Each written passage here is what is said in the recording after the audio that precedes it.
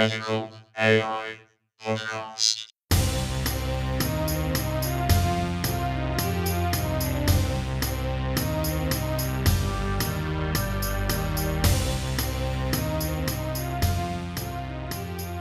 Hello and welcome to the Medical AI Podcast, a 30-minute thrill ride of big ideas.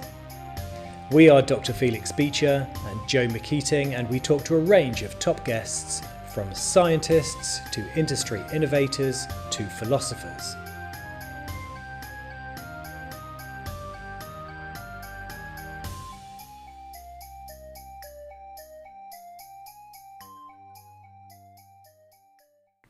The classic film Blade Runner portrays a dystopian future in which androids are virtually indistinguishable from humans.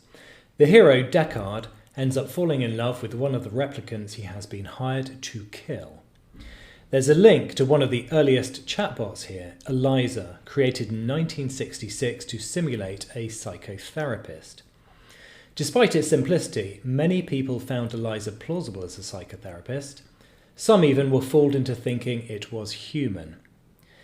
Given recent developments in large language models, where are we now with AI-based psychotherapists? To explore this with me, I have a brilliant psychotherapist, Lindsay McKean. So, Lindsay, welcome to the podcast. First question, are you in fact a human? I think so. Good answer. Okay. All right, so just introduce yourself, please, and explain a little bit about what you do. So I work as a counsellor and psychotherapist, both in a community clinic and in private practice. Okay, good. And could you explain your interest in psychotherapy AI? So when I was training, there was a lot of discussion about the emerging use of chatbots in psychotherapy and a lot of concern about what this meant for the future of our careers, a lot of interest, but a lot of scepticism about whether there was any value to this at all. So that led me to have a closer look myself. And I think there are some very interesting questions that really get to the heart of what therapy is and what it's trying to do. So just for context, have you done a lot of psychotherapy yourself as a recipient of psychotherapy? Yes, I have. I've worked with 3 different therapists in total. And have you also explored lots of a range of different psychotherapy AI type products? I've had a look at some of them, yes, and I've also played around with large language models, trying to use them as a therapist to see how that goes. Okay, good. So just in broad terms then, why do you think this area of psychotherapy AI is important? Well, psychotherapy is difficult to access and there is great demand for it. So in the wider area of mental health support, I think it's really important that we look at what AI can do to support clients when and how they need it. But I think it's also an area that's really important because it does question the fundamentals of what therapy is and how therapy works and whether it is the best way to support people. Okay, so before we start getting into the details of psychotherapy AI, why don't we just discuss a little bit about your background as a psychotherapist so that we know what theoretical perspective you're coming from, for example.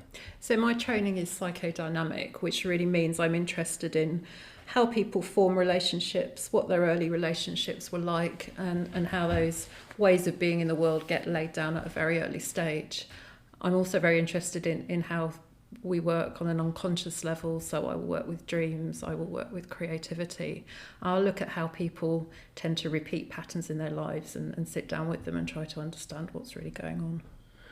So perhaps, I suppose psychotherapy can be thought of in 2 fairly separate kinds of ways. On the one hand, it can be about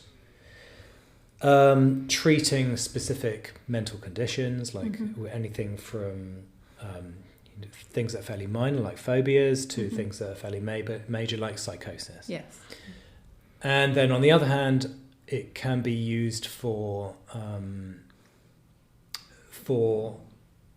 non-clinical use but personal exploration, which I think is a lot of what Jung and Freud, for example, used to go in for. So where do you, between those 2 types of psychotherapy, where do you fit? I work with people who bring in a number of different problems: anxiety, depression, grief, relationship problems. But yes, I also work with people who want to take stock of their lives, maybe explore spiritual perspectives, maybe look at what it is they're supposed to be doing, and towards the end of their life, sort of looking back and preparing for what may be coming later. So a bit of both there, Yes, right? yeah. Okay, good. So let's talk about AI then. Could you just give us a short potted history of psychotherapy chatbots? So going back to ELIZA, which really uses a sort of person-centred approach to psychotherapy, which means active listening, showing empathy, responding back.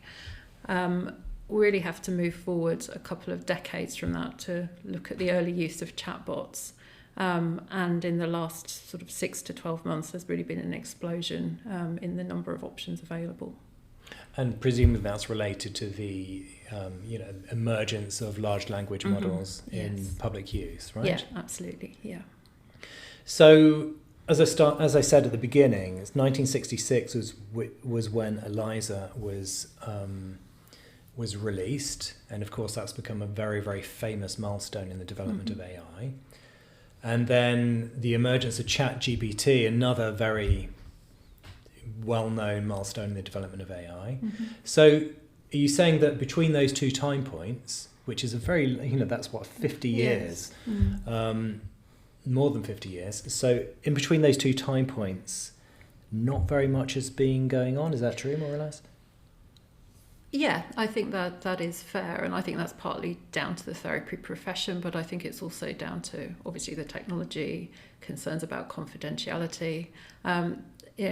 Use of even texting and online therapy is a relatively new thing, and trust in that, anything other than that classic model of sitting down in a room.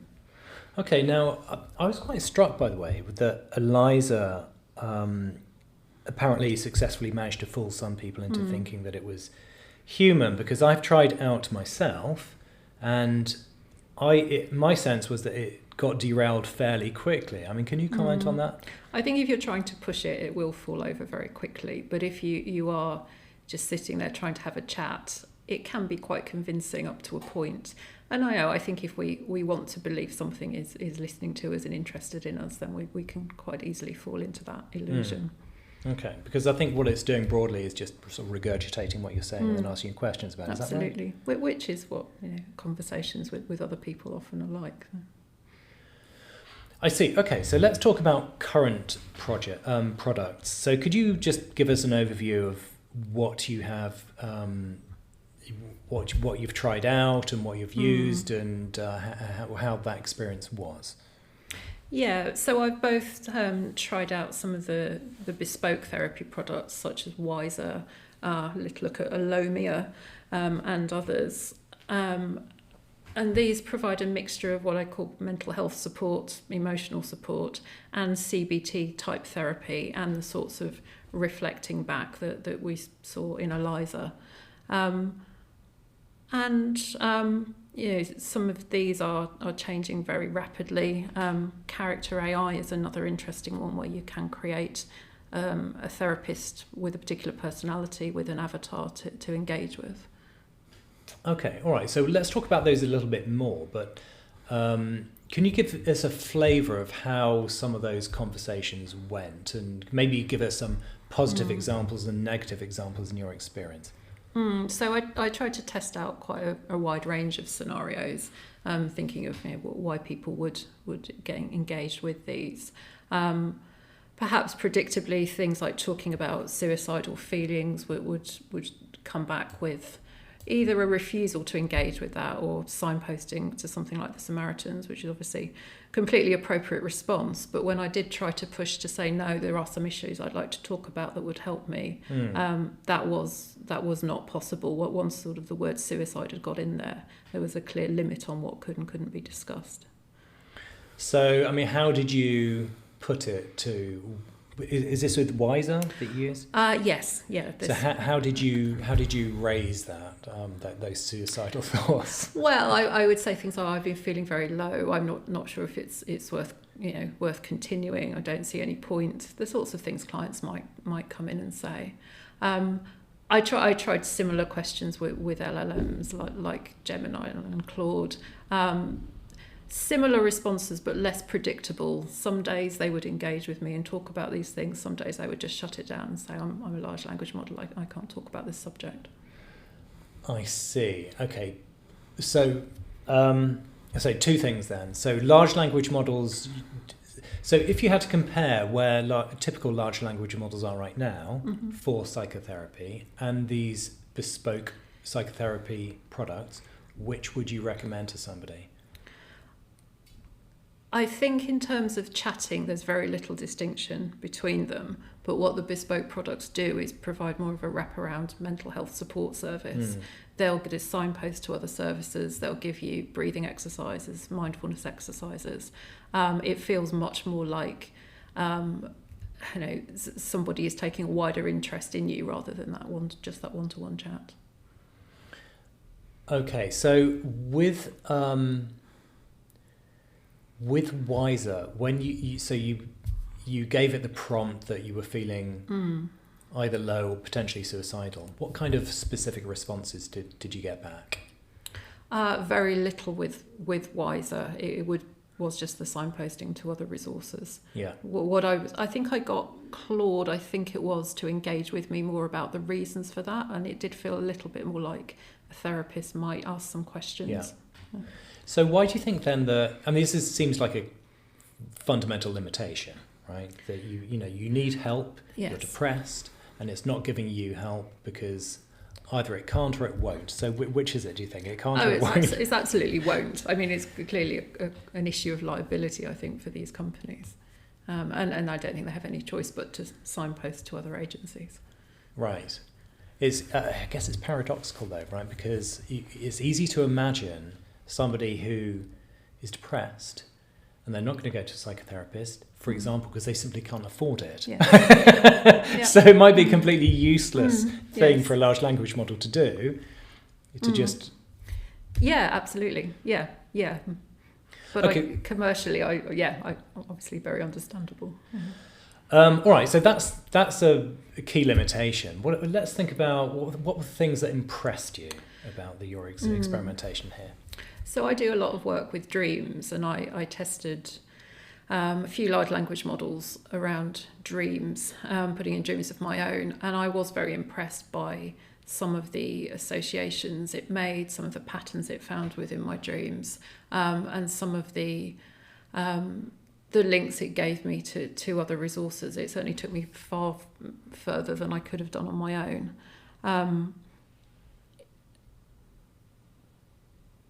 If I then put in some individual information, it was able to make links between my own situation and what was going on in the dreams in actually a very impressive and quite surprising way. Interesting. Now, of course, normally people who are developing or testing AI systems like outcomes that are clean and measurable and quantitative. So I think what you're saying is that just in terms of your impressions, it did a pretty good job, right? Yes, but things that are very difficult to quantify. Yeah. So can you give us an example of a dream that you asked about and what kind of responses you got and what your impression of that interpretation was? So I did put in one dream which was about going into a market in a strange city which had a lot of unusual features. It gave me some pretty sensible suggestions for the kind of culture that was. It gave me links to some of the cultural references within that. I then put in some information about my current life situation, and it made some links, some of which were helpful, some of which were not, but then sometimes it's easy to reject what a therapist would say, so it was maybe replicating that a little bit. And it just took me down some avenues I may not have thought about. I also did ask for a little film to be made of one of my dreams, which of course looked nothing like my dream, but did actually make me think of some other angles that I may not have come to on my own. Okay, so you're now talking about some kind of video generation thing, yeah. so nothing to do with psychotherapy. No, this is just the wider use, yeah. Okay, so you went into a marketplace. What kind of unusual features were there in the marketplace? So there were You particular. don't have to say, by the way. I don't want you to incriminate yourself. No. So there were particular sort of styles of tiling, particular types of architecture, some of which had links to certain memories I had, some of which did not. There were certain sort of geographical features in the background. People were dressed in certain ways which were not particularly familiar to me. Yeah, I mean, things that I could have spent many hours looking up, but were returned to me in a couple of seconds. And were there symbolic elements in your dream, or at least as far? Yeah, and it was able to pull those up, give me lots of options, give me suggestions for further research. Okay, so what kind of symbols and what kind of interpretations? I'm not going to go into that, I don't think. Okay. All right, so we're talking about psychotherapy AI systems based on, that are out there at the moment. Yeah. So it sounds to me that overall, what could be done with large language models and AI systems is probably much more advanced than what actually has been developed for commercial use. Is that fair? Yes, I think so. Yeah. So based on where we are currently with large language models and other forms of AI, do you think, how do you think that we're in a situation where we could feasibly develop something that could, at least to some degree, replace human psychotherapists? I think we could develop something that had a certain sort of superficial look and feel that was the same as, using an avatar, giving it a particular personality. Can clearly remember what's going on between sessions and respond to that. But I think there's a very clear dividing line between providing emotional support, listening, providing maybe more manualised CBT type techniques, and doing the more in-depth work, which is about two humans sitting in a room together. Having said that, the cost, the accessibility are clear benefits. And it is very difficult for people in lots of reasons to access therapy. They may feel a lot of shame, may feel embarrassed. It may be much easier to talk to a chatbot. Okay, so there are two parts of your answer there. So on the one hand, you're saying that you think that it's feasible for AI systems to replace CBT type therapy. Certainly some aspects of it, yes, but there is a lot of research that CBT is effective because of the human relationship between the client and the therapist, even if they are doing fairly manualised tasks. Okay, so you're but in general, you're more optimistic about CBT type therapy compared to more, kind of life expansion, psychoanalytic stuff. Yes, and I think, for things like anxiety and depression, that feeling of being seen and accepted by another human being, which that might be the first time that's happened in a client's life, is what seems to help and what does seem to heal that relationship between two people. Whether that can be replicated between a relationship between a human and a non-human, I'm very sceptical about. Why? Well, I think a lot happens in therapy beyond what is said in the room and the content of the conversation. Things happen between the unconscious of two individuals. Things happen in terms of movement, in terms of gestures and picking up on that. Silence within therapy sessions can be very powerful and very meaningful. I think that's very difficult to replicate. Okay, so let me press you a little bit more. Now, if you had an AI psychotherapy system that had all the sophistication of large language models, but had been tailored by a company with lots of funding and resources like Google or Amazon or whatever, and it could replicate lots and lots of different things from actual psychotherapy sessions, what would you actually be missing, do you think, specifically? So in addition to that human connection that I've talked about, I think what a therapist can do is draw on their experience, draw on what's going on in the room, to know when to challenge, when to take risks, when to disagree, when to bring in the subject, the pattern, the intervention that the client may not welcome. And what I've found in my own testing of these systems is a tendency to validate, to kind of do a bit of ego stroking, to say, actually, it's okay, you're fine, there's nothing wrong with you, which has benefits up to a certain point. But you don't get that challenge, and that's what you need. You need to feel a bit uncomfortable in order to change. And I didn't see any evidence of these systems doing that. So I'm wondering whether that, what you see as a limitation, the failure to challenge, I would imagine that's not really very much to do with the technology, but more to do with legal liability. Is that what you're feeling? Yes, I think so. And I think it's also to do with customer satisfaction. These are products that people need to be happy with. And a lot of the research that's being done is about satisfaction, about very short-term views of how it is to use these systems. And therapy can be difficult. That's why you don't really see reviews of therapists, because people often feel worse or really hate their therapist before they actually are able to do the work and change. I would imagine that even if that's true for most people in most situations, there still might be a role for some people in some situations. And so, I mean, what do you think it is most likely to be able to address? AI systems. Yeah, I mean, I think for a lot of people, they need somewhere to go where they can speak their mind and not be judged and not have to worry about what the other person is thinking of them. So that space is something that can exist. I think basic advice around how to manage anxiety is probably better delivered in this way. There are some things that can be signposted very simply. There are ways of checking in with people every day, even if it, with Wiser, it's the penguin asking you how you are each evening, which didn't work for me, but may work for some people. So there is a lot of potential there, yes, but I don't think it's really doing psychotherapy. Okay, so you mentioned a penguin just now. Yes, that's Wiser. That's one of the features of Wiser, where I think they call it the 4 a.m. friend, which happens to be a penguin avatar, which I found rather irritating, I have to say. Okay, so why did you find it irritating?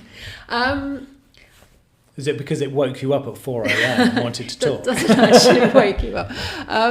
It just felt a little bit sort of nice and fluffy and slightly infantilizing, but that's my personal preference. So did you not have an option to turn it into a bear or something? I couldn't find that. Something with more gravitas. That may have been my limitations, but I don't think so.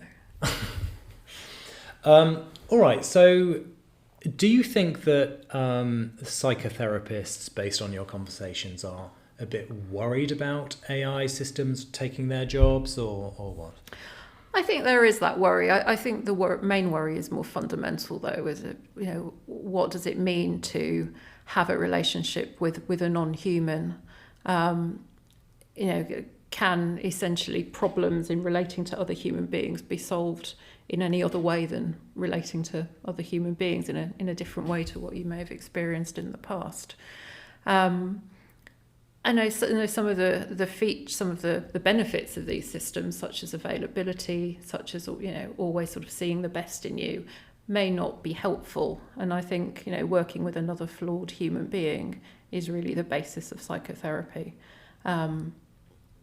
And that's something that I've not seen being replicated yet, and I doubt whether it could be in the future.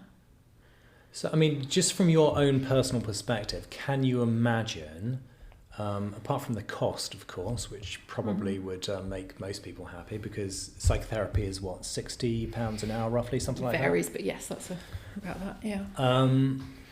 Can you imagine if, based on technology that is at the moment feasible, using it instead of a human psychotherapist for yourself? I don't think I would personally, but I can see using it for advice on specific issues, for more of a research in terms of some of the things I'd want to look at. I don't think I could personally get over the fact that I know I'm not talking to another human being, and I know ultimately this is not something that cares about me. But are you completely convinced that when you go to a human psychotherapist that they genuinely care about you, or could they just be nodding because that's their Paying them job to and do you're it, beyond yeah. paying them, yes. It's still a connection with another human being, I Mm-hmm. would say. And I think most people can tell if somebody is really interested in them or not. Well, I suppose that brings us on to a broader question, which is not specifically about psychotherapy, and that's the question of how far is it possible to replace human relationships